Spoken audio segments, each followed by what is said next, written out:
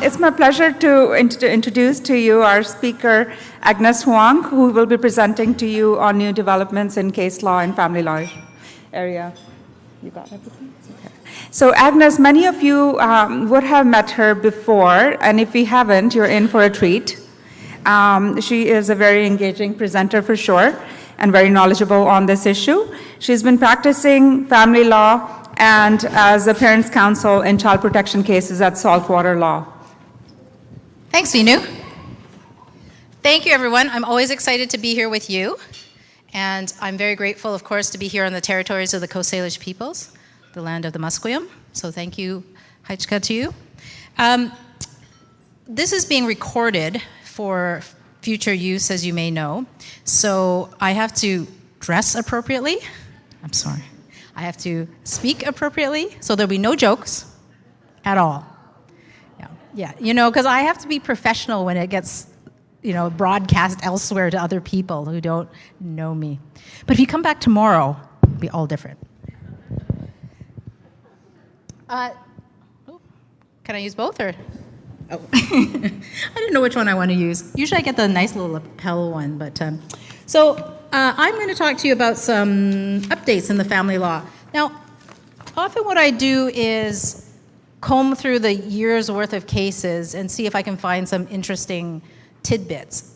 Sometimes, though, it's not necessarily overly useful because they're quite, unique circumstances, and there is not necessarily a lot of developments in the law. So this year, I picked some areas that I'm hopeful are related to some of the work that you do and might be interesting. There's a few older cases, but actually quite a few newer cases I was quite surprised by.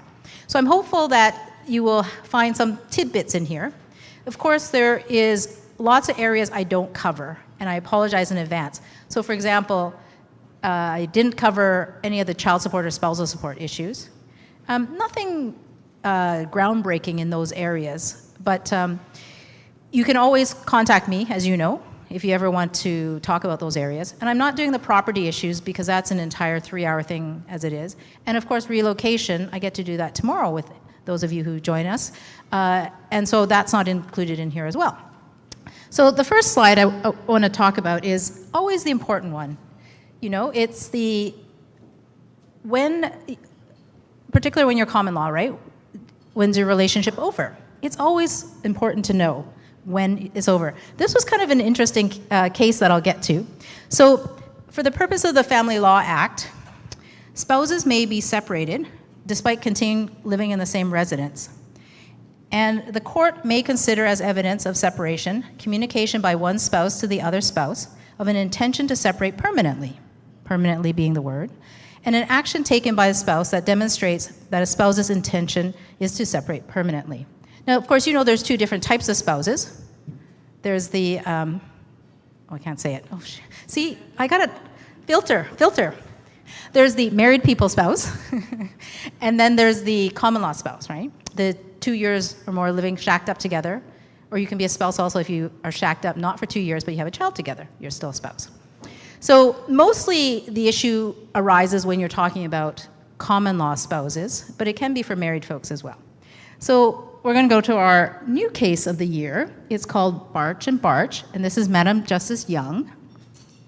And the main principles we draw from the case law are that there needs to be a meeting of the minds on the intention to separate.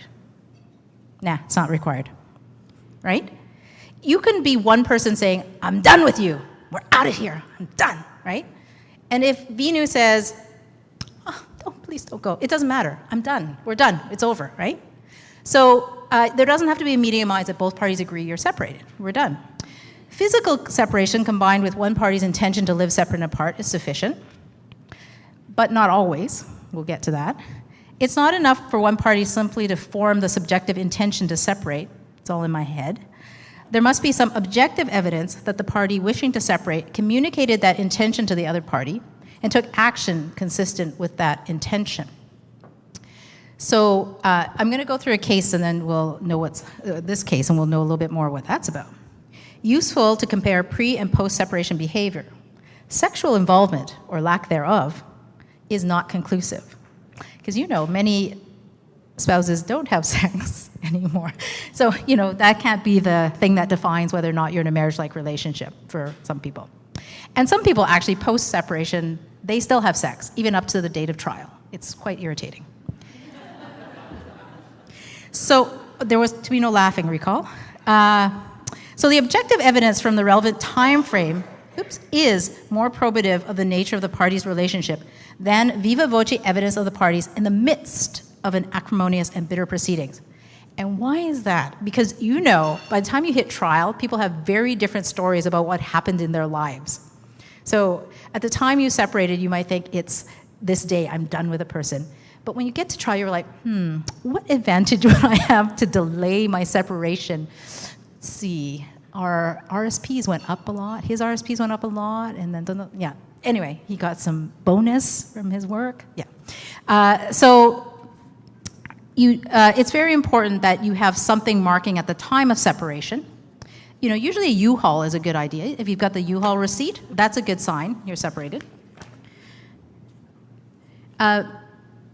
Madam Justice Young cited a case called Kupar and Rowe, and it's a decision of Mr. Justice Harvey, who also is a longtime family law practitioner. So oftentimes the question is, can parties be separated even though they still live in the same house together, right? Because some people, for practical reasons, either there's kids or nobody can afford to live separately on their own, or nobody wants to give up the house. They still continue living together. It always helps if you have either have another suite or a separate bedroom. It helps to clarify that separated. So this question, though, before Mr. Justice Harvey was more, can you be in a marriage-like relationship while living under different roofs? You're still separated. You're living separately, but can you still be in a marriage-like relationship? Yes or no? Well, the answer's up there, sorry. Yes, you can. So some of the factors that Mr. Justice Harvey went through is there was a lack of changes to distinguish the relationship before moving into separate residence and after. Like basically, they didn't change their lifestyle. They still, I don't know what this means, like they still performed domestic services, cooking, cleaning, and laundry. I don't know if they went to each other's houses and they were like cooking for each other, or one person moved into a place without laundry, so I had to come back to the house and do laundry, maybe. They still had regular interactions between them.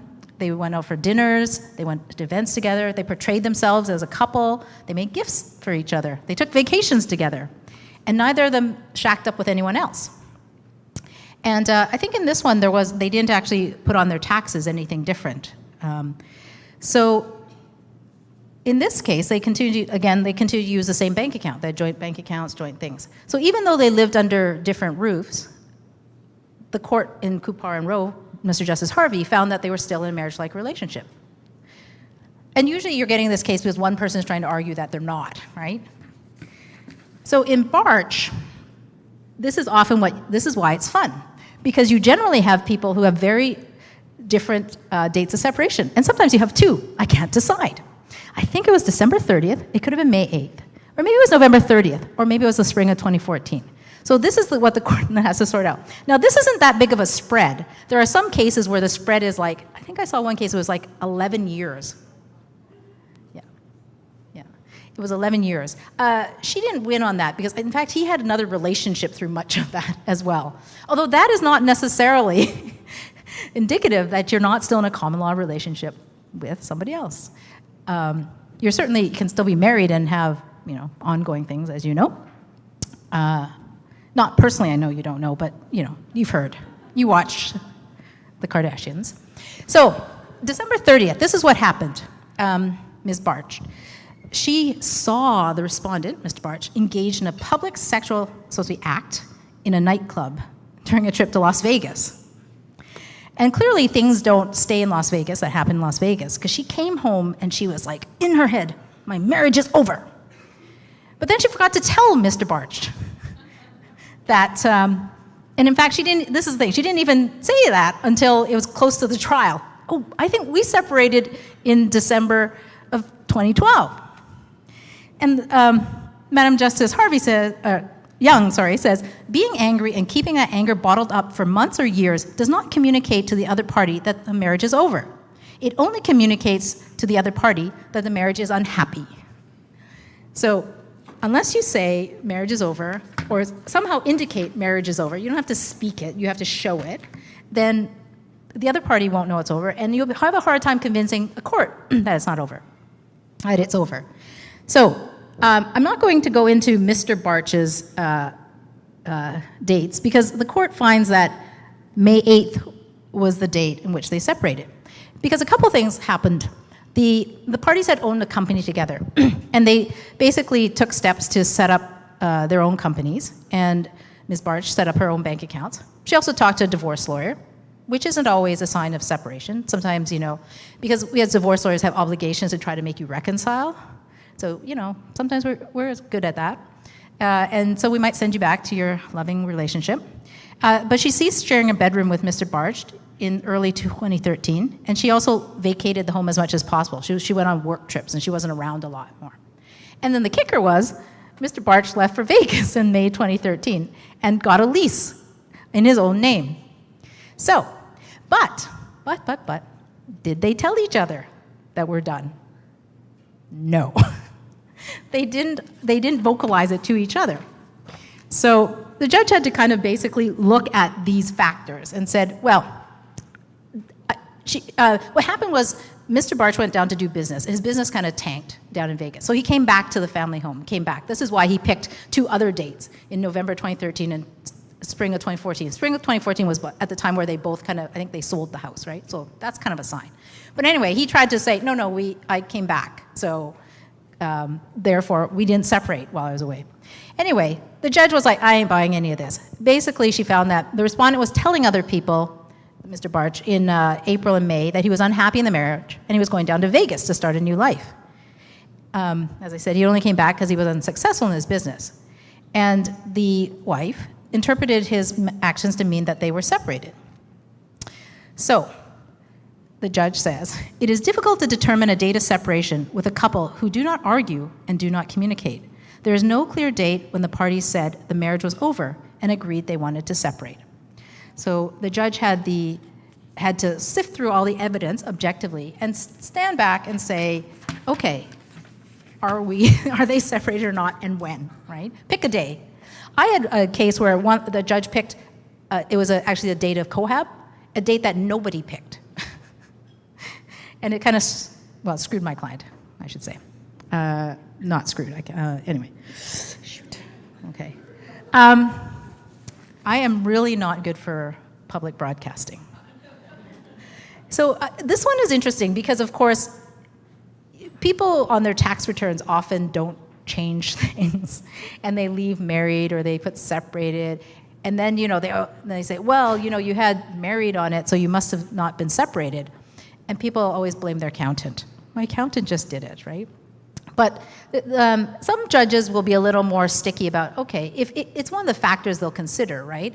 So obviously if you put separated and there's other factors that show you're separated, they will indicate that you're separated. If you leave it married and you just don't ever change it, it doesn't automatically mean you're not separated. So in this case, as Mr. Justice McKenzie said, look, the fact that a party has stated married on her income tax return has little impact on the analysis. It doesn't undermine when the party's separated, because you look at all these other factors, and that would help you determine whether or not they're separated.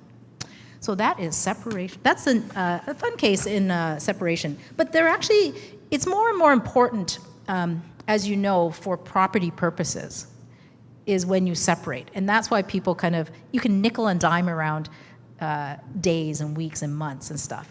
And sometimes, I'll talk to clients who are like, well, actually, it's like, I need the truth. I need the truth. And sometimes people don't really know when they separate, right? Because sometimes it's a bit fluid, right? That's fair enough.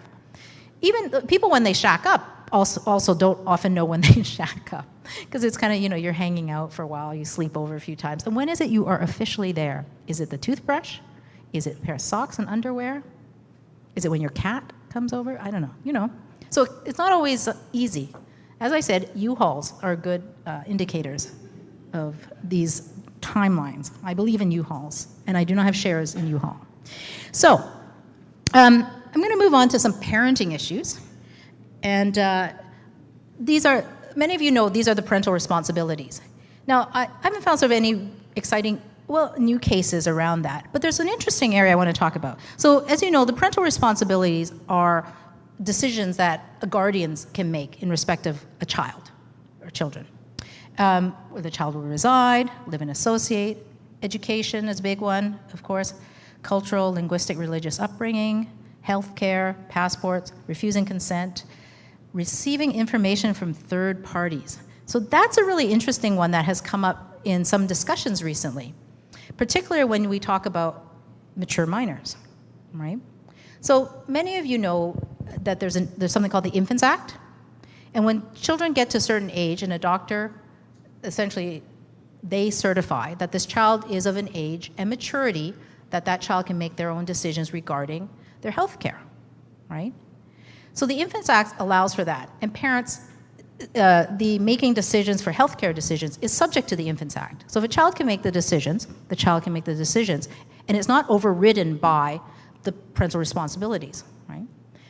The issue that's coming up recently is, what about a child's medical records, including counseling records?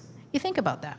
Because the requesting information from third parties governs teachers, doctors, counselors, right, third parties, for your child. And there is no provision around the Infants Act. In fact, the Infants Act doesn't have anything to do with documents. It only has to do with decisions around healthcare decisions, right? So I was talking to a woman who had a case where the child was quite estranged from dad and wanted to go into counseling, but did not want dad to be able to have access to counseling records. But because, as they said, oftentimes these orders are made when kids are young, right? I mean, these orders can only be made since 2013. But think about it. Your child's like 5 years old, and there's an order that both of you are guardians, and you can have all this information about your child. Your child's 5. When your child turns 15 and wants to get the pill, get tested for HIV, whatever, go to see a counselor because of the drama going on in their home, or they're transitioning, whatever it is, and they don't want their parent to know. Under the Family Law Act and the guardianship provisions, the parents get to know. So there hasn't been a case that, because the case that my friend was doing ended up settling, it went to an appeal, the father appealed, but then he backed down. Or it went to appeal and he backed down. So he never accessed the records. But that is like an interesting area right now about whether or not there's a way that young people will be able to stop their parents from accessing their records so that they can be free to do counseling. Like, think about it. If you knew your mom could get access to your counseling records, would you ever go see a counselor? No. Not your mom, your dad. Anyone, right? Right. So that's sort of the only kind of one of the interesting things going on in parental responsibilities that I came across. I'm going to move on to best interests of the child. And again, you know this list of run. You can do it off by your heads, right? Go. No, it's kidding. Emotional well-being, views of the child, history of child care, stability, impact of family violence, ability to exercise their parental responsibilities. So I found a couple of cases this year that kind of were interesting because sometimes I find that judges give a little bit cursory, analysis around these topics. So anytime I see something, it's like, oh, that's interesting that you put that in there. I kind of like flag them. So these aren't cases because they are anything earth-shattering. It's just like, oh, I haven't seen the court talk about it this way. So that's kind of neat. And what you have to do when you're supporting your clients is certainly think outside the box. Like anything you can fit into emotional health and well-being, put it in. Like family violence, as we know, has just grown in terms of what is the scope of family violence, right? So be creative. And there's always the other categories of things that, like, this is not an exhaustive list, right? So this is a list that's like, if you think of anything you think, this is about the best interest, this is about the child, put it in, right? So anyway, this is why I picked a couple of these cases, because I thought, oh, this is kind of interesting. So the first one, small, sorry about the print, CTM and TJM, is Mr. Justice Verhoeven. And under the child's health and emotional well-being, the mom had, it seems to me more the judge had raised the fact that in looking at the father's bank records, it was clear the father was eating out a lot at fast food restaurants.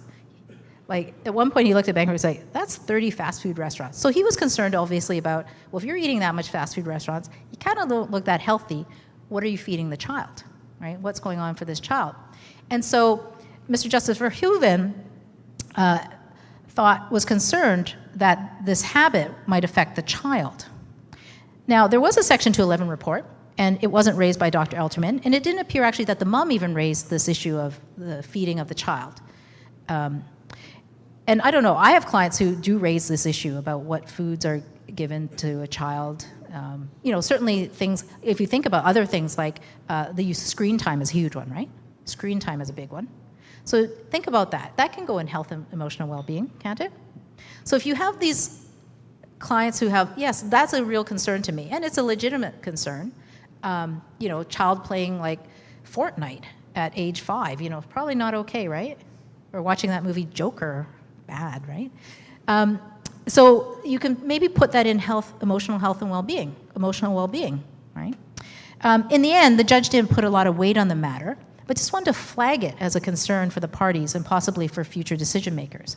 So it seemed that Mr. Justice Verhoeven himself picked up on that and said, hey, maybe you should think about this, and as a signal. Okay, so that's one that's new. An interesting thing where Mr. Justice Verhoeven also interviewed the child. The child had said she wanted to spend more time with the father and less time with the mother. And the judge thought, it might be because he lives on a farm and he has animals, and she likes animals. But when he talked to her, she didn't seem to make any preference one way or another. The difference in the difficulty in this case, the parties lived in different places, so there had to be a parenting regime that reflected that. One issue under the ability to exercise responsibilities, and when I read this, I thought, oh yeah, this makes sense, but I hadn't actually, I think, seen one that had put this in there. So the mother, unfortunately, had a history of using drugs, and she'd been doing way better, but in the past, of course, because of that, she had shown some poor judgment. And the judge, though, recognized that the mother's judgment might have been impaired by factors beyond her control, such as addiction and mental health issues. So he wasn't sitting there trying to assign fault to her, but he did find that, given that the father was more likely to exercise good judgment than the mom was, right? So as you know, the factors are kind of like, they try to go, one for mom, one for dad, or figure out who sort of is better on a particular category. All factors considered, they're even, like stability, they're even, so forth. And so in this factor, the judge gave the dad a bit of a leg up on this one. This one was an interesting one, and this one is the arrangements that would require the guardians to cooperate. And this is often a big one that, either judges say parties don't get along well enough, and so they're both bad, and they don't cooperate. But the judge seems to say, look, you need to be able to cooperate in making decisions for your child, right? And if, however, you can't cooperate, then what's the court going to do? Generally, what they do is they give one party the decision-making. So this ties back into the parental responsibilities factors as well, which is why this case is here. So it's an interesting, I'm not going to read through them all. Some of the considerations, he cites his own case and says, here's some considerations I've implied in other cases in relation to decision-making authority. And then he cites a different case. They cite a case and they cite their own case and cite somebody else's case. So this is a nice sort of analysis if you ever need. This case that Mr. Justice Verhoeven did is a nice sort of new case that sort of walks through some of the best interests of the child factors, including the decision-making factors. So, it's too loud to read. So the next case I found was called Dodging Horse and Lemus. And it's a decision of Mr. Justice Wilson. And it's about little 8-year-old Amelia, and she lives with her mom in Chase, and her dad lives in Texas. So where should Amelia live? Anyone? Not in Texas. No. So this was an interesting one around, again, the child's health and emotional well-being. The mom had said, look, Amelia is an Indigenous child, and she has status under the Indian Act. So she, therefore, has access here to health care, dental care, and other medically necessary benefits. And if she was in Texas, she wouldn't have that. So one for mom. There's also a factor that the dad canceled counseling for Amelia because he thought the counselor was affiliated with the mom too much. And the judge sort of chastised him and said, that really is not okay. So this factor, I think, went to mom. The child's views. There was a Hear the Child report done, and the judge noted that the child is very perceptive. The Hear the Child report writer, David Dundee, I don't know if you know him, he's a great lawyer in Kamloops. He was like, I couldn't keep up with her. She was just so animated and just talking away when he was doing the report. Anyway, the child had said that she wanted to live with her mom, but see her dad more, like dad go down to Texas in the summer and have dad come up in the spring break and visit, and didn't want to split Christmas and so forth. I thought this was funny. It wasn't under the Hear the Child. It was earlier in the evidence. When asked why Amelia wants to live with her mother, the father's answer is, because her mother beats her.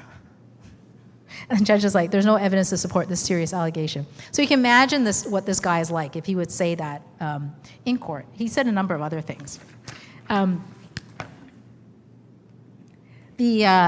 Another factor, the child's need for stability. So we often think of that as being your home life, right? Do you have stable housing, right? Enough, food, the lights are on, you've got good people around you, like your partner's a good person, that kind of stability. That's what we think of. The factor that came into here was also about her attendance at school. She had missed a number of days from school, and the mother said it was due to a death in the family, her father's surgery and her own surgery when she had a miscarriage and other illnesses. And the judge did flag it. He says, well, it's a bit concerning, but if you look at her report card, she's doing really well. She's doing well. So it wasn't a big factor, but it was something, okay, I'm just going to flag that. But that's an interesting factor to put under need for stability, is school. And it could be the same, you could say that if the child is missing a lot of extracurricular activities, right? If one parent isn't taking the child to their extracurricular activities, that could be something you say, in the issue of stability, right? That it's not stable for the child, because children need their routines, and children need, their regularities, right? So again, that's something you could put into there. The ability to exercise responsibilities. So one of the issues was that the mom had some relatively recent criminal charges going on. She did something with a flower pot, like she kicked it over or something like that, and did some other things. And she also frustrated some of the father's parenting time. On the other hand, the father was unwilling to be flexible with the timing of his calls. So I think the father got that one, but just slightly, a bit. And then this one, it's good that the court put in an additional factor, which was to acknowledge Amelia's Indigenous heritage. And the mom actually had two witnesses who gave evidence about the cultural activities in the Shuswap Nation, Shwapmek, and the efforts within the community to preserve their language. And Amelia got to learn her language at school. And the judge noted that it was important for Amelia to learn her culture and heritage and to be actively engaged with her Indigenous community while she was living in Chase. And the judge finally said, it's not simply aspirational as it relates to Amelia, but is already a fundamental part of her life. So acknowledge that connection to her Indigenous heritage and to her Indigenous community was fundamental, right? Now, you can probably guess where she winds up staying, in Chase, and with the father having quite a fair bit of parenting time. But all those factors, anyway, I thought that was a really interesting case because it raised a number of factors that, well, I go, yeah, that makes total sense. But I've never seen sort of a judge, I don't know, oftentimes people may not make the arguments for the judge, but the judge may go, this fits here, and I want to put this here, and I can make this work. So my just tip to you is, with your client, is just every factor you can think of that goes to the best interest of the child, you can make it work, fit it in, make sure the judge knows about it. Right? Maybe the mom didn't think talking about food was something you would talk about, like a diet, healthy nutrition and stuff like that. But the judge clearly said, yeah. The other judge said, yeah, let's talk about it. It's important, right? So,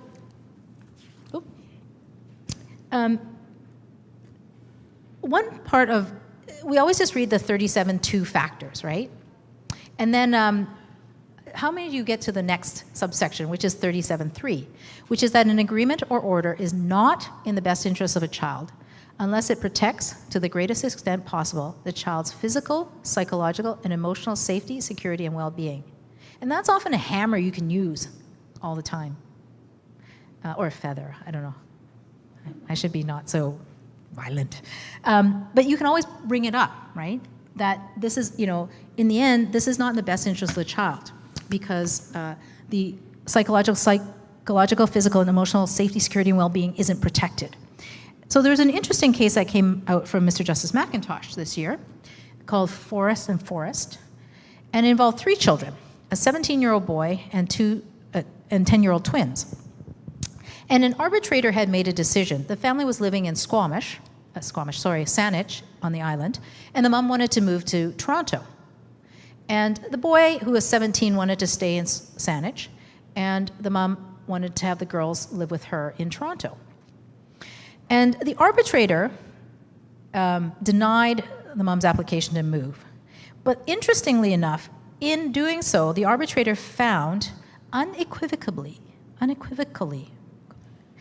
that the twins' emotional well-being would be best served if they could be with their mother.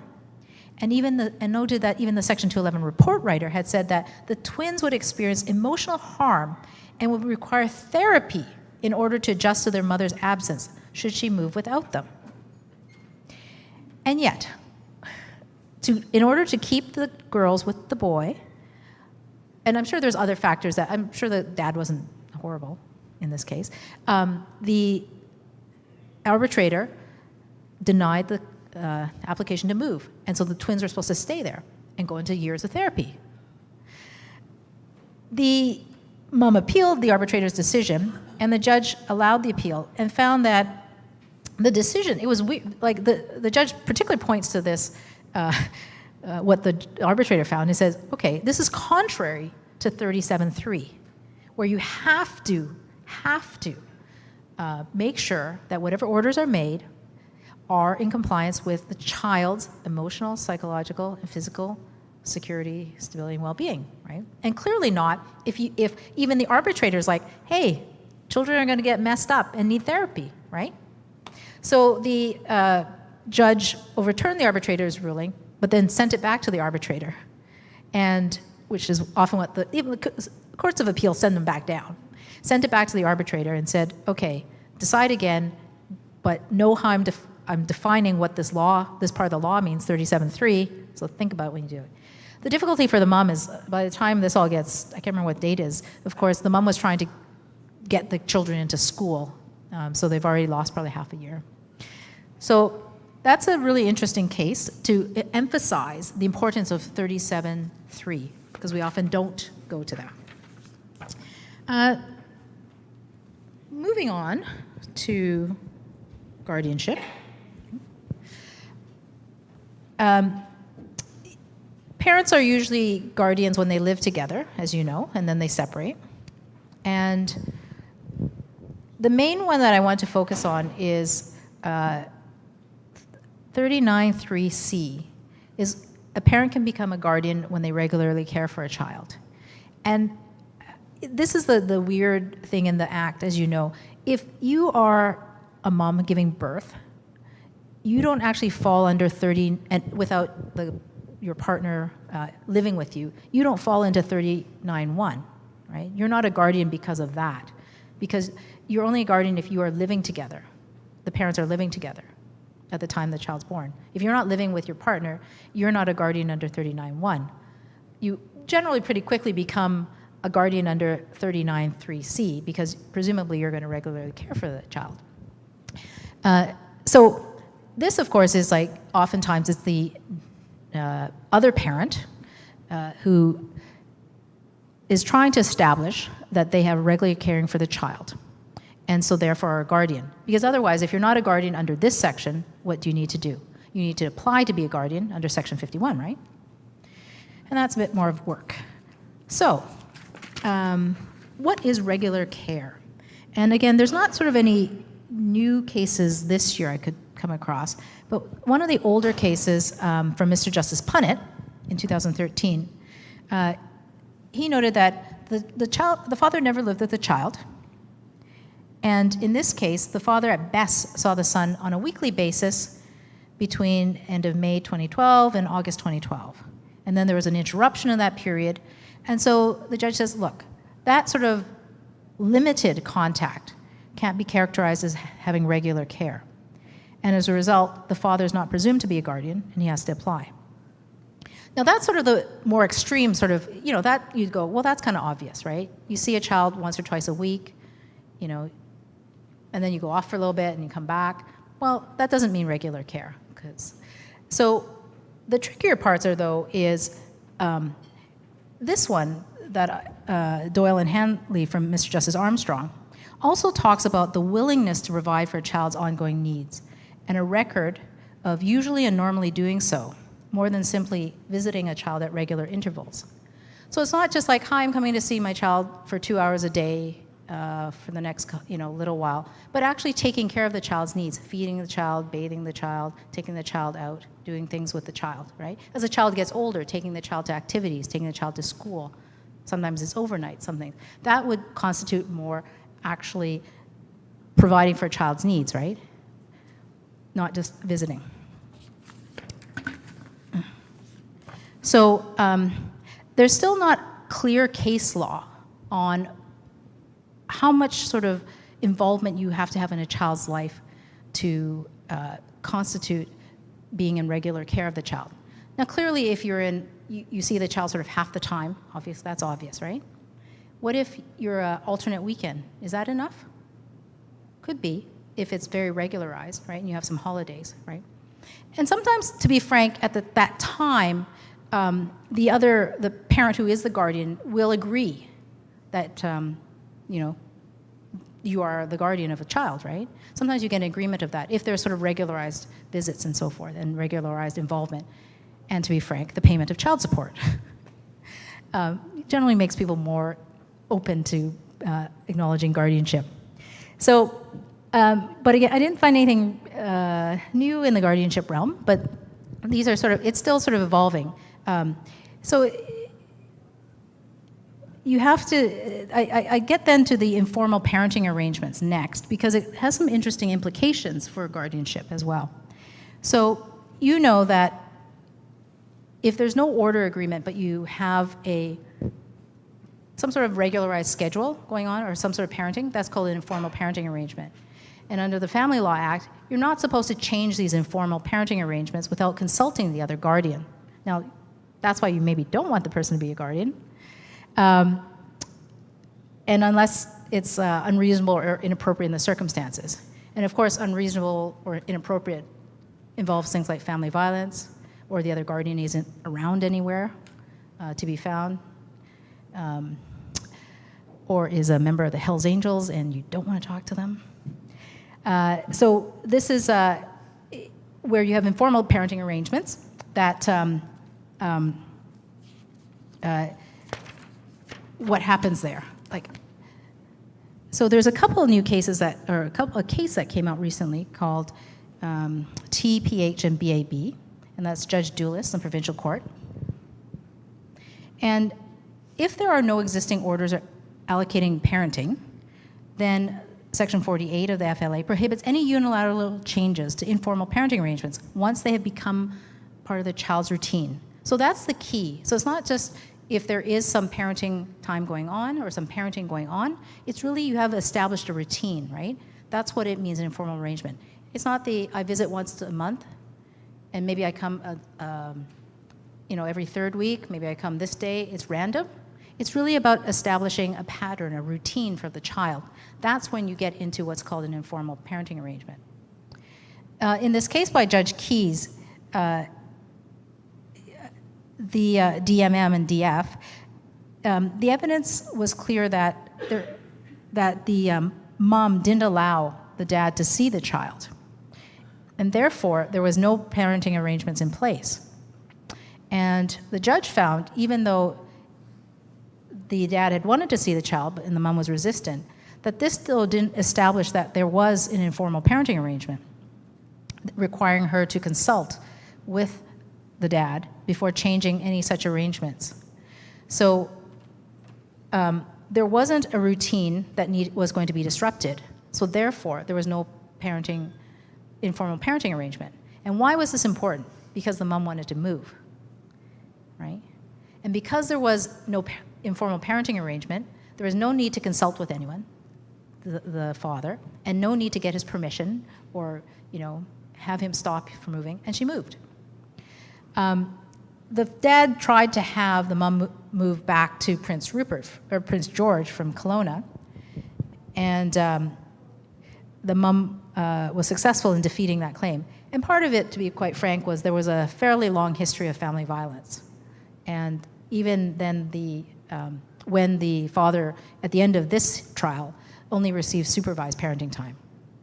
So apart from the fact there wasn't no informal arrangement, she could go, the application to bring her back wasn't successful, and because of these other factors.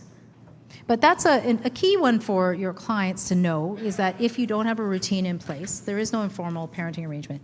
You can go. It doesn't mean somebody can't. This is what you come up with. Sometimes my clients say, well, I can just go, right? And I say, you can just go, but your ex may file a application to bring you back, right? And then you have to deal with that. Is it easier to deal with it now and get an order that you can go, or deal with it when you've already moved and have to deal with trying to come back, or dealing with that? So those are things that folks need to think about. One thing that we often don't talk about are the testamentary guardians. And I kind of like this. This is important because this is, you can assign your guardianship, your parental responsibilities, your guardianship rights to somebody else through your will, or if you are terminally ill or maybe close to death, you can also assign temporary guardianship so somebody can take over. It used to be people assumed it was automatic that if you passed away, the surviving guardian would be the guardian. Well, that's no longer the case under the Family Law Act, as you know. And this is an important case that starts off. Judge Dillon talks about how a person who has guardianship rights, and you can only transfer what are your parental responsibilities that you have, right? So if you have none, naming somebody as a guardian to take your place just gives them some standing in order to make a claim perhaps for the parental responsibilities after your death. But ultimately it all comes down to the best interest, right? So they'll succeed or not. If there's no best interest, they won't succeed, I mean. So in this case, the court just clarifies how you can use this testamentary guardian provision, which is that you don't need consent of the other guardian. You can just name somebody in your will, and there's no basis for the other guardian to contest that. You do have to get the consent of the person you're appointing. You should check around, ask your friends, am I in your will? Do I have to take care of your snivelly kids? Anyway, so he could also do his own. And everything has to be in the best interest of the child, right? So ultimately, it's an important provision that I think more and more people should use if you want to have a bit more control. Most people don't. How many people have a will, first of all? So most of us don't. Yeah, and then lots of people don't want to think of dying before your kids die, or dying sooner than when your kids grow up. So lots of people don't think about it. But it's an important, particularly if you have a very difficult ex that you're dealing with, it's important to put these things in place. We talk a lot about parenting time, but and that's for guardians. And I want to talk, though, about contact, because I know this comes up a fair bit, because contact is for folks who they're not guardians, so they're a parent and they're not a guardian. But often it's who else? It's a grandparent, or an aunt or an uncle, or friends even. Anyone can seek contact, right? So I think it's sometimes important. I mean, parenting time, parental responsibilities, I think you've done lots of cases around that. So I think a lot of the factors that come in are in your head a lot. But on contact, it's less common. And so in this case, which was a few years ago, Madam Justice Russell called Fawcett and Reed, Ms. Reed had a 9-year-old daughter, and she was not Mr. Fawcett's child. And he wanted contact with this child, and the court said, well, you have the onus of establishing that contact with you is in the best interest of the child. So the onus isn't on Ms. Reed to say it's not in the best interest of the child that you not have contact. It's your onus.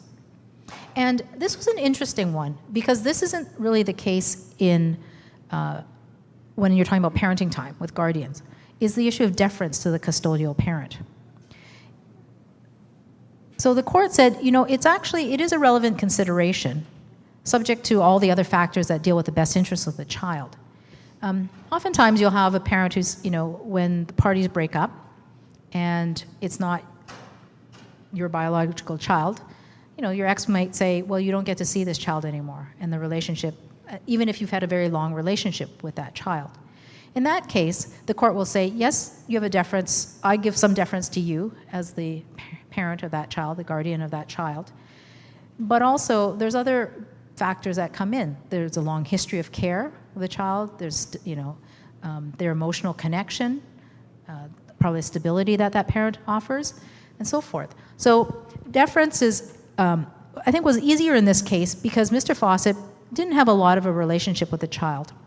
Wasn't really even called, the judge says, it wasn't even really a pseudo step-parent, right? Was involved in the child's life a bit, but not so much. So in this case, the judge was more confident in being able to say, I can give more deference to the mom and what she wants. And really what it was it was shortly after separation, it was pretty volatile still in terms of their relationship, the parties' relationships, that she says, this isn't healthy for my child, and I don't think you should. So what the court, though, said was that even though that there was a positive relationship with the child and Mr. Fawcett, it wasn't sufficient to warrant ongoing contact with the child in wake of the breakup, because the mom was concerned about the conflict affecting the child, right? So the judge, though, didn't say, they were in an interim hearing, right? And part of it was she thought if he got some contact, this matter would never go to trial and would never get done. So it wasn't a closing off entirely forever of contact. It was at this interim stage. So once they got to trial, it could be he could have had contact. And also, as time passes, perhaps things are better between the parties. And but that's an interesting one about contact. This next one is from 2017, DD and AC, and it's Judge Cordobash. So DD was the mom, a grandma. AC was the father. Sadly, the mom died of multiple sclerosis. And there was one child. And the grandmother had filed for an application for contact just weeks after her daughter had passed away. And that was at the advice given to her by a social worker with the ministry.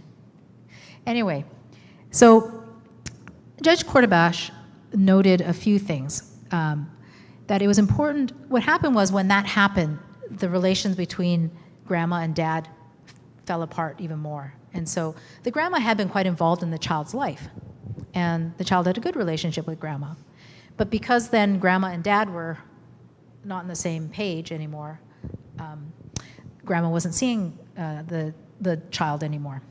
So the judge noted a few things, of course, that it's important to minimize any conflict between grandma and the dad, and because that level of conflict was not in the best interests of the child. The judge again noted that when the grandma filed her application just weeks after the daughter passed, it was poor advice given by the ministry to do so, because all it did was further alienate the dad from the grandma and also cause the severing of the relationship with the child. Again, contact has to be in the best interest of the child, and unfortunately, some adults forget this, and the child becomes the means through which adults seek what they consider as their rights. So they use the kids as a pawn with all that, and that's certainly not the best interest of any child. The judge said, look, some time has passed by the time they hit this trial, this court, and probably grandma now realizes that how fragile the relationship can be and is going to try to shield the child from further conflicts. One of the things that the grandma did was, without the father's knowledge or consent, took the child to the gravesite for her mom. And the father was quite taken aback by that because he, I don't know. I think he just it was his decision if they were going to do that for this child. It was the first visit. So that was one thing that caused rift, and grandma, I guess, overstepped, according to the judge. But the court acknowledged that in the midst of tragedy, people often lose their ways and say things and do things that they otherwise wouldn't. And that's what happened here. To hold people responsible forever for their actions at a time when they are emotionally vulnerable is rarely the right thing to do. Although these events affected Ms. D's relationship with Mr. C, there is no reason that it has to affect or damage the child S's relationship with her. And that's, I think, an important thing that we all know, is that when people separate, things happen. And sometimes, and judges are, my clients say, oh my God, this happened. I said, most judges will be like, okay, you just separated, you screamed at each other, you swore at each other. I mean, if it's not an ongoing thing, it's really not going to go very far, and we hope it passes. Like, people say and do bad, people act badly when they break up, oftentimes. And so this is, again, the judge having some acknowledgement that that's what happens. And that's what often will happen in courts. Like, people want sometimes judges to be so outraged that their ex called me the C word or something like that. And, it's a horrible thing, but most judges will be like, okay, if it happened once, that's over, we're done. If it's a pattern, we've got another thing going on.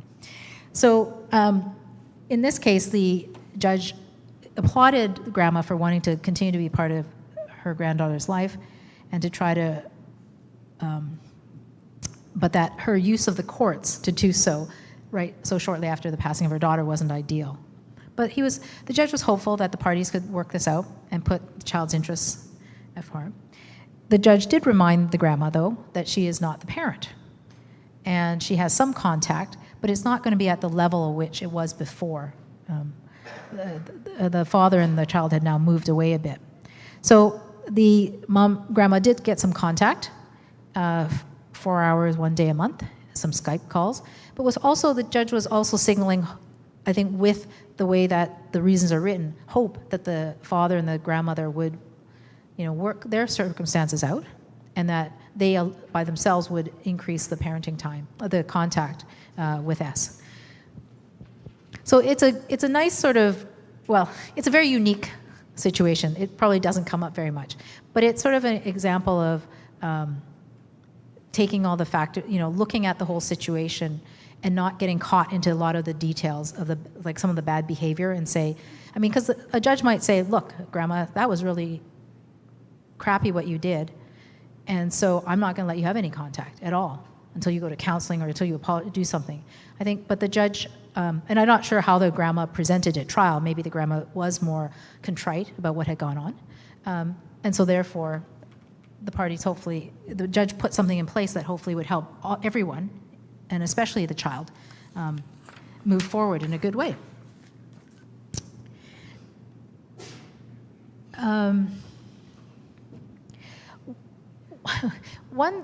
Often we talk about variations, right, of orders, and this is a variation of a contact order.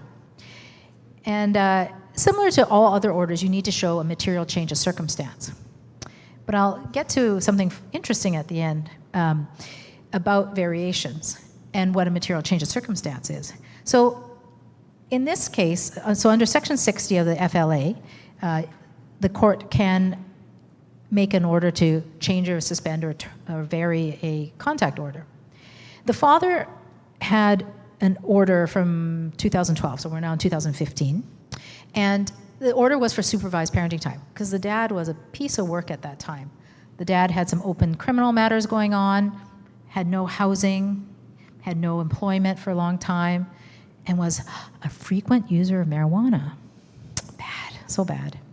Anyway, so Dad was not in a good shape at that time. But over the years, significant things happened for the dad, and things got better for him. He had a stable job, stable relationship, was in parenting counseling, and he was paying child support. So he applied again, and the children also, their lives changed. They got older, they were involved in more activities. And so the court found that this was a material change of circumstances, all these factors together, right?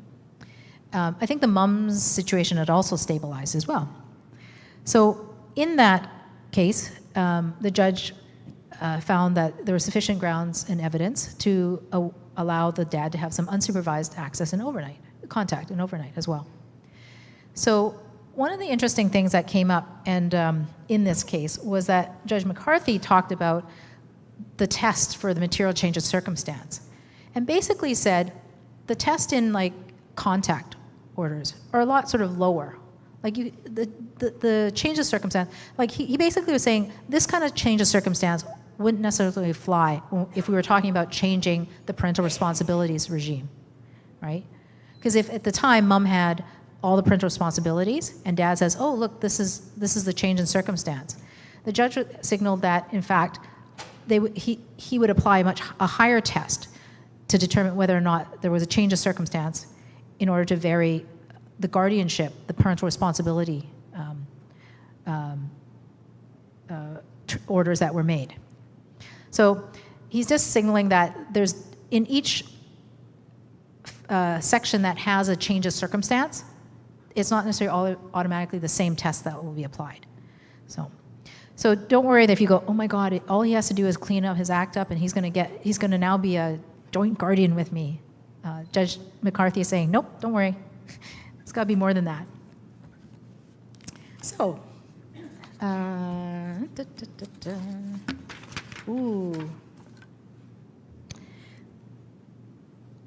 this next section is about the denial of parenting time. Now, how many of you deal with this regularly? Yeah, hey? In that, is your client generally the one denying, or are you being denied? It's the other way, you're being denied. Okay. So I didn't find any good new cases, but there's some good sort of old cases that set out some nice principles. So, of course, one parent who feels that their parenting time has been denied. Now, first of all, there has to be order and agreement, right? If there's an informal arrangement, you can't use this section, right? If there's nothing in place, you can't use this section. There has to be an order or agreement. And you also can't, some people say, oftentimes people change their parenting time, right? Their schedules, right? But they informally do that, right? They don't write it out again. They don't sign a new agreement or get a new order. But it's kind of like, Sundays don't work for me. Can we switch and you have Saturday or I have Saturday? And people do that without going back to court and getting an order. Or sometimes you change the time. 3 to 7 doesn't work. Can we do 4 to 8, right?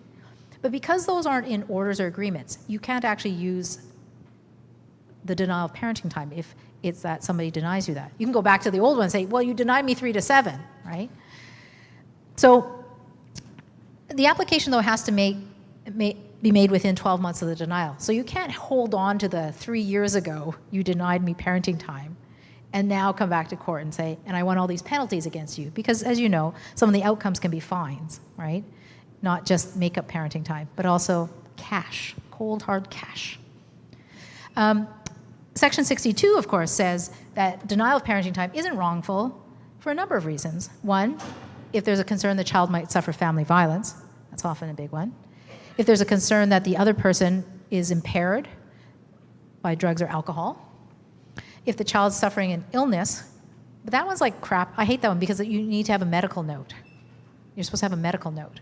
So if your child is having like the flu, they want you to take the child to the walk-in clinic among all the other flu-y people or who have other things going on, sit there for 3 hours and get a note. And by that time, the parenting time is over. And then the other parent has failed to exercise parenting time, so you're not denying parenting time if somebody doesn't show up. And of course, the nice other circumstances that the court considers sufficient justification for the denial. So that's one you probably have to use a fair bit, right? The court still has some discretion in figuring out when there's a no wrongful denial of parenting time.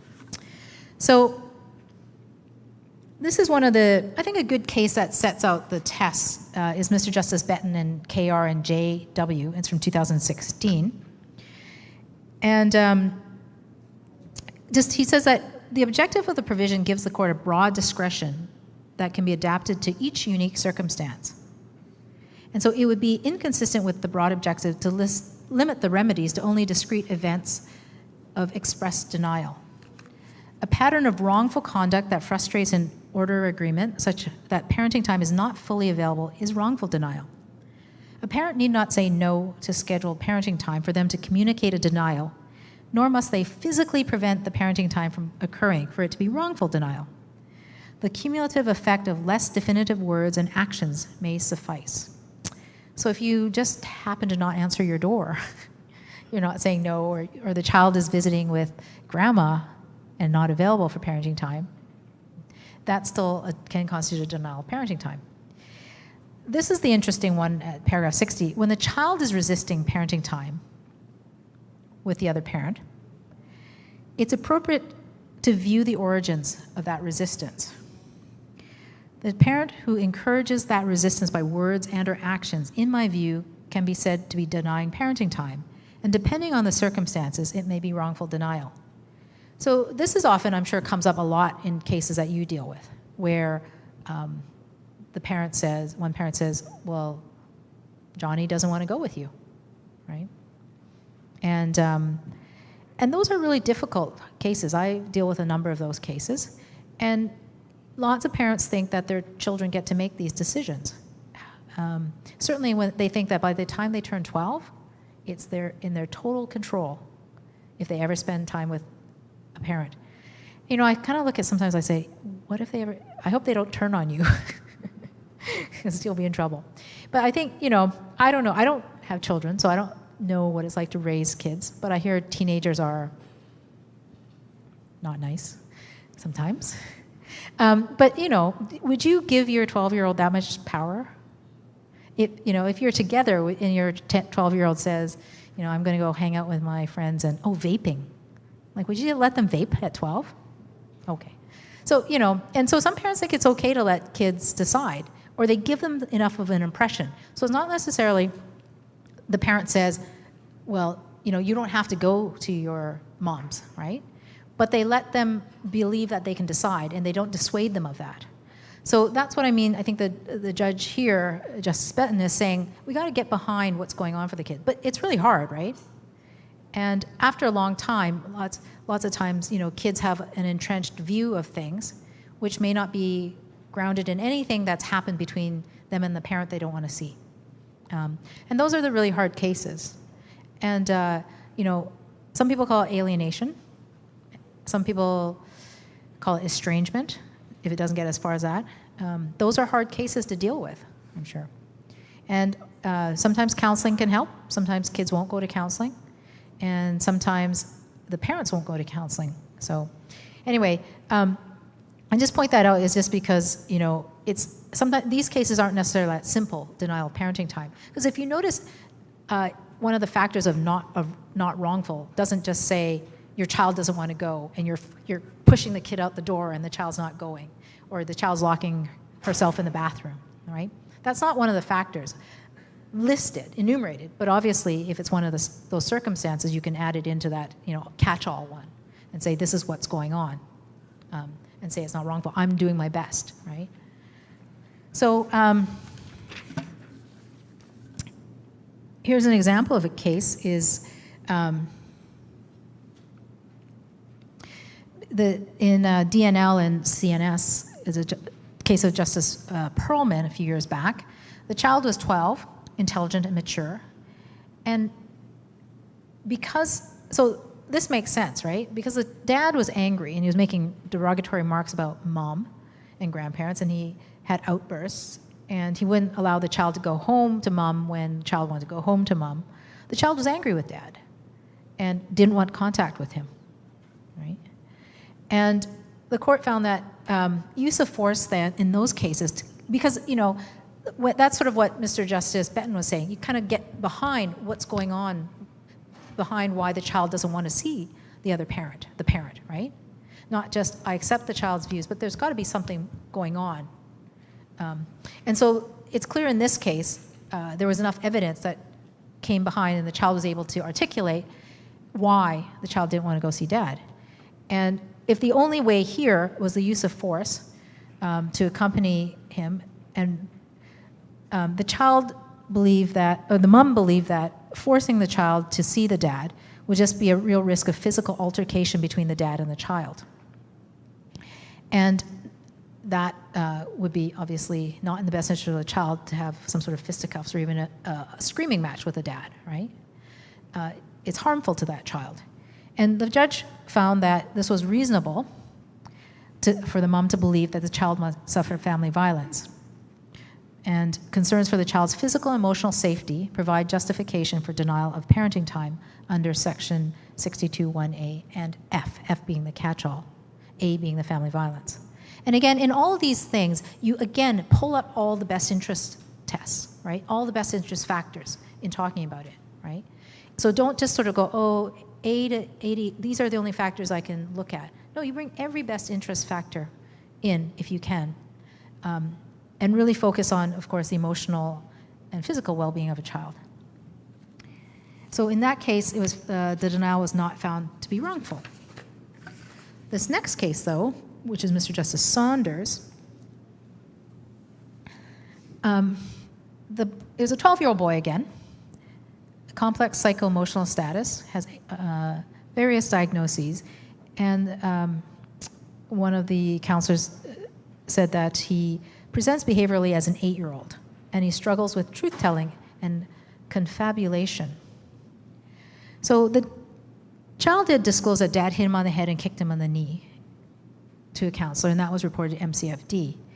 But it appears that it wasn't really founded, that there was concern that the child wasn't telling the truth about this. The child did have a bruise on his knee, but I don't think MCFD found that it was caused by the dad. And so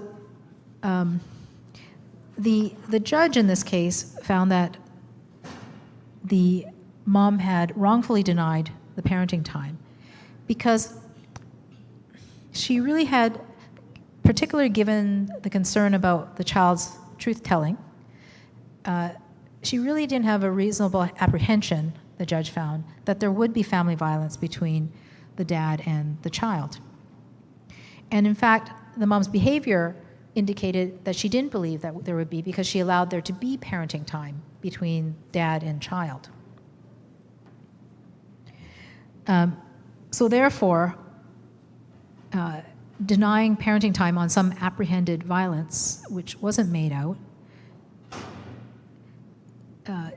the judge found that it was a wrongful denial of parenting time. Now Mr. Justice Saunders attributed a different motive on the mom, which was that she was upset that the dad didn't want to go to a meeting with a counselor, not counsel, to discuss parenting, and that he undergo counseling. So you have to be careful. It's very hard sometimes when you know your clients well, and when judges make comments about their motives or their character and things like that. That's very disturbing to many clients and to counsel as well who know them. So this was a case, the judge felt that or believed that and found that, in fact, the mom had a different motive for keeping the child away from the dad. And so found that to be wrongful and awarded $500 to the dad.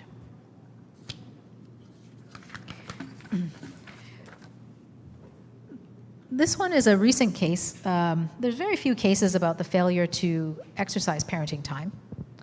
I think mostly because a lot of it's the cost. When you go to court and try to argue this, like what can it's a lot of money. You're like, so to get what? A little bit of babysitting money back? Maybe a bit of a fine? Often not. Like, it's not usually a fine. When you do go back is obviously when somebody's not exercising their parenting time for an extended period of time. You don't go back because you want to get an order that they failed to exercise parenting time. You want to get an order that we change parenting time, right? We change the schedule so that it reflects what the reality is of the parenting schedule, which is that person isn't having parenting time. Because that also gives stability to not only you as the parent, but also to your child, right? If you know that this is every Wednesday we're not waiting to see if dad shows up. We don't have to wait anymore. So this was a case where it wasn't that the mom disagreed that she was not exercising parenting time. She had things going on. And so dad had to hire a nanny. The issue here, this is interesting, is whether or not the cost of the nanny should be a Section 7 expense, that is shared proportion by income. And the court said, no, Section 63 operates differently, which is that if you are the one failing to exercise your parenting time, one of the remedies that we have is to actually have you pay the full cost of the nanny. Because but for you not showing up, mom, dad wouldn't have to hire a nanny. And so the judge here says, Mr. Justice G.C. Wetherill, says, fairness dictates that all daycare and nanny expenses reasonably and necessarily incurred by the plaintiff for the child's care during times when the respondent would otherwise have been responsible for the child's care is to be paid by the respondent, the mom, and where she has failed to exercise parenting time without reasonable excuse. So he got a declaration that if that, rather than there being a fine against the mom or something like that, was a declaration that if mom doesn't show up for her parenting time and doesn't have a reasonable excuse, then, and dad has to engage the nanny or other daycare provider, that cost will have to be borne by mom. Right? So that's what, that's the remedy, was a declaration that that was what would happen, like an order that that was what would happen. So it would deal with going forward, because lots of times with the orders where you can get fines or penalties, it's not a going forward. It's like people, I'm trying to get one now. It's like every time you breach, we get $1,000, right? I don't know if I have to find some case law, see if any court will give us that, right? Mostly it's if there's a breach, you get $1,000. I was trying to say, well, we get security of $5,000, and every time there's a breach, my client gets $1,000 out of that kitty. Again, I don't know if that happens, but this is a case where they can set it up so that for future breaches, there is a penalty. It's not really a penalty; it's a reimbursement, right? It's not extra cash in your pocket, like a fine is. So that's a new one. That again, as I said, there's very little on failure to exercise parenting time. Okay. I'm going to run through this. This one I just put in, I don't know how often you deal with child abduction cases, the Hague cases. And the only reason I have this here is because, well, one, it's a new case, but also there was a Supreme Court of Canada decision last year, Belev, that changed the test for determining what we call habitual residence for kids.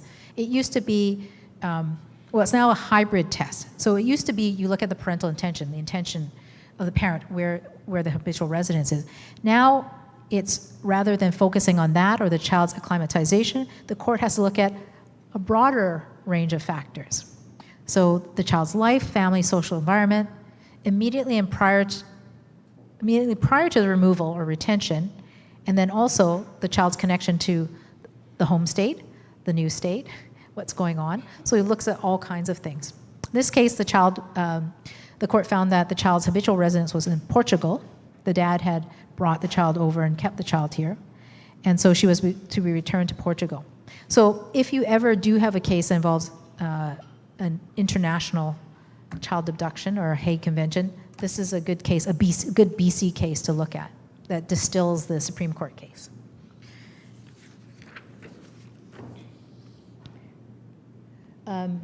The only thing I'm going to on property is just because there's a couple new cases, it's not really rocket science. You probably get this. You can restrain people from disposing of their assets, right? And it's essentially a protection order on assets, so somebody doesn't dissipate all the property that you might have some interest in.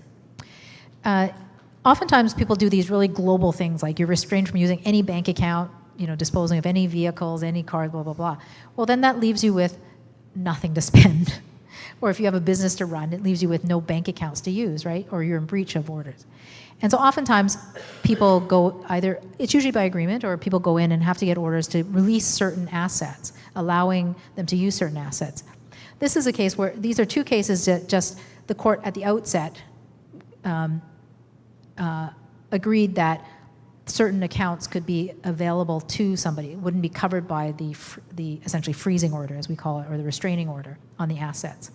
So if you ever have a case where you're trying to free up certain assets, these are two cases you can rely on for your clients that are recent, Master Elwood and Madam Justice Iyer. So just quickly on protection orders.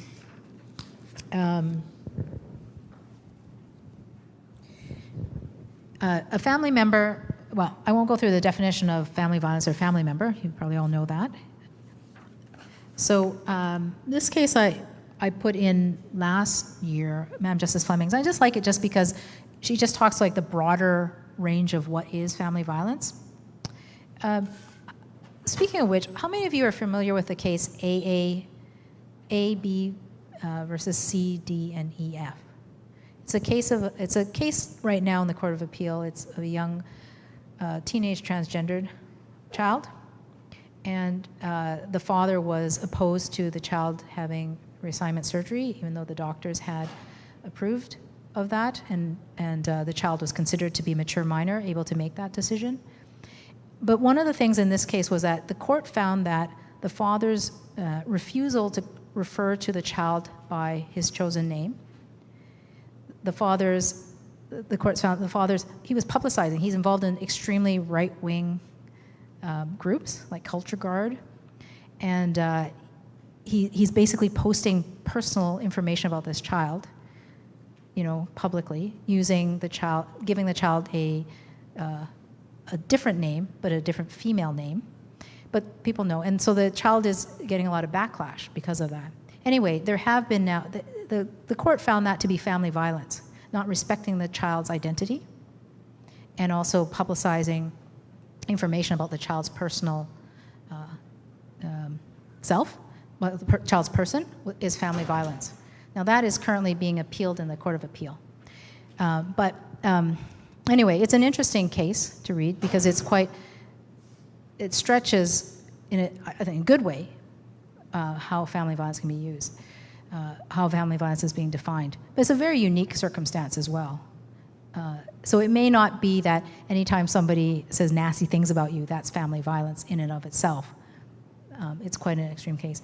But anyway, these are some of the factors that, or a number of acts that Madam Justice Fleming sees as family violence, which is always interesting.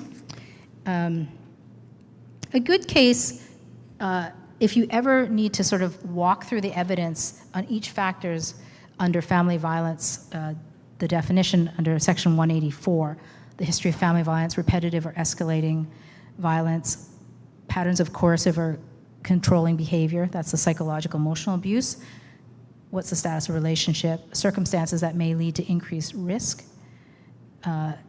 family members' perception of the risk, circumstances that may increase vulnerability. And in this case, Judge Melfair, it's a really good case because lots of times, as I said, you don't get a lot of analysis from judges. They kind of do a one-liner under certain categories. Judge Melfair, and I'm going to read through it, but does a lot of analysis under each factor. And so it's a good one to look at. And I'm sad because I actually only recently came across it. I hadn't come across it before. But he says very clearly, judges have to take a broad and contextual perspective and taking into account a variety of factors in determining whether family violence is likely to occur. In this recent case of Dennis and Gill, Mr. Justice Brundett accepted that the parties had a volatile relationship, but that it was the respondent who had been violent towards the claimant on several occasions, and he was quite controlling and coercive at times. And so on that basis, the judge was satisfied that a protection order should be made, and he again looked at the factors in Section 184 in considering also the likelihood that violence, and said likelihood that the violence will be greater over the coming year when the respondent had to leave the former family home. And particularly that the respondent had shown himself to be occasionally vindictive and impulsive in the past, that the judge felt that the likelihood of the reoccurrence of family violence over the near term was much higher, and therefore the protection order was warranted. In this case of Mr. Justice Block, SJJ and JAR, though, the court found that the incidents that Ms. R tried to relay to the court as being incidents of family violence, the court didn't accept that that was the case. So one of the things was Ms. R referred to an incident when Mr. L was 13 years old, like something way back in the day. But it's interesting, some of the factors here, 297, were kind of interesting. His expressions of anger, so none of the incidents involved physical violence directed on R. Okay, but you don't have to have physical violence for it to be family violence, right? And then on one occasion, Mr. L pushed past Ms. R in order to retrieve one of the children. And on the other, he pulled the car seat in an angry fashion and the seat hit her face. And she conceded this was likely inadvertent. But doesn't that kind of conduct, doesn't that sort of feel to you as family violence? When somebody has that kind of energy around you, pushing, shoving, like grabbing things, being angry around you, wouldn't that make you fearful? Mr. Justice Block seems to not have, his threshold seems to be much higher. And he just said, well, given the nature, so he minimizes how serious they are and the infrequency of the incidents, he concludes that, well, they're just isolated and caused by situational factors that are unlikely to rise again, as long as the children's schedule is reduced, figured out, right? So as long as the dad gets his way and gets a schedule sorted out, then he won't be like this anymore. Well, I'm sure you've gone through a lot of experiences with your clients, and that's never the case. So anyway, that's a recent one where sometimes I feel like I often feel like I'm really anti-feminist, because I often have to tell my clients, I don't think that's enough for the court. I just feel like crap, because I know it's horrible for what they're going through. But I have to tell them, we might have a certain judge who won't think that that's that bad, right? And just conduct orders, clearing up on conduct orders. These are, I always talk about conduct orders, because oftentimes if you can't get a protection order, you can actually get lots of conduct orders. There's also a section called Section 218, which the judge can make any terms that it feels appropriate and attach them to orders. So you can get lots of orders, people, around like not drinking, somebody not drinking, how they communicate with you, like text, limit the number of emails each day, for example, not talking through the kids, not scheduling things with the kids, not belittling the other parent through the child. I mean, sometimes they're certainly hard to enforce, but you can get these orders, and the more you put in place, hopefully it stops, at least put some barrier to the other person continuing that kind of conduct.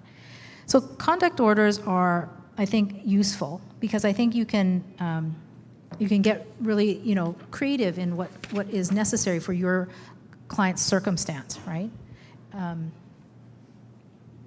Here's a couple. These are the fairly common ones that Judge Giardini named. Oftentimes it's the communication, not communicating directly or indirectly except through emails and text. Some people use the online Google Docs or our Family Wizard. And I like the ones that it's like each party has to respond within, some people want like 24 hours, right? Some people are obsessive. I want you to respond in 4 hours. You must respond within 2 hours. I don't know, like it's a little crazy making, but usually some of these 48 hours is reasonable to ask for a response for anything important. And the 227 is often common as well. Don't come to my home, don't come to my work, don't come to, my massage place, wherever. Don't come to, and so those are also important to do for many people. Lots of times the courts like to do mutual ones. And I am of the view, I've said before, is that I try to avoid mutual ones if it is not my client committing any kind of the bad behavior. Because I think it just creates this whole see, they're both the same, right? They're both as bad. And if it's one person who's actually needs a conduct order against them, that's who it should be against. So, I like the ones that do not record your child or put video. Don't put the audio recorder in the teddy bear when you send one. Yeah. And some people do that. Or photographs. I mean, I've got clients who are like they're wearing the GoPros on every exchange. Like they're Sometimes it is for safety, and sometimes it just aggravates the situation and makes things worse. Anyway. Thank you very much, as always. A pleasure to see you again.